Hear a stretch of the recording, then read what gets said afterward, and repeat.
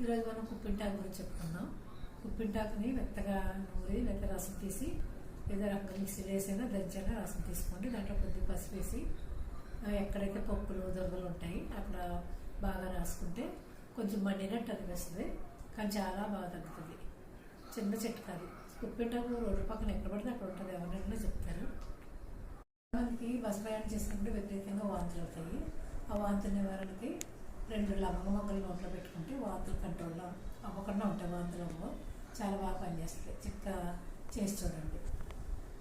కొంతమందికి ముక్కులు అసలు గాలి ఆడవు, అలాగే అటు కఫం రాదు, చీమిడి రాదు, ముక్కులు అసలు గాలి పీల్చుకోవడం కూడా చాలా ఇబ్బంది పడిపోతారు. అలాంటి వాళ్ళు ఏం చేయాలంటే పసుపు కొమ్ము కాల్చి ఆ పొగని వాసన చూస్తే 2 ముక్కులు చక్కగా ఫ్రీ అయ్యి గాలి బాగా ఆడుతుంది. చాలా బాగుంటుంది. ఈరోజు మనం తల్లపేలు గురించి చెప్పుకుందాం. తల్లపేలు విపరీతంగా ఉంటాయి, దానికి ఎంత చూసినా కూడా పోవు. దానికి ఏంటంటే సీతాఫలం ఆకులు తీసుకుని మెత్తగా రుబ్బేసి దాని పేస్ట్ మొత్తం తలంతా పట్టించి 1 గంట సేపు బాగా ఆడినివ్వాలి. తలకు గుడ్డ కట్టేయండి. గుడ్డ కట్టేసి 1 గంట పోయిన తర్వాత చూస్తే మొత్తం పేలన్నీ చనిపోయి ఉంటాయి. తల మొత్తం ఫ్రెష్గా ఉంటుంది జుట్టు.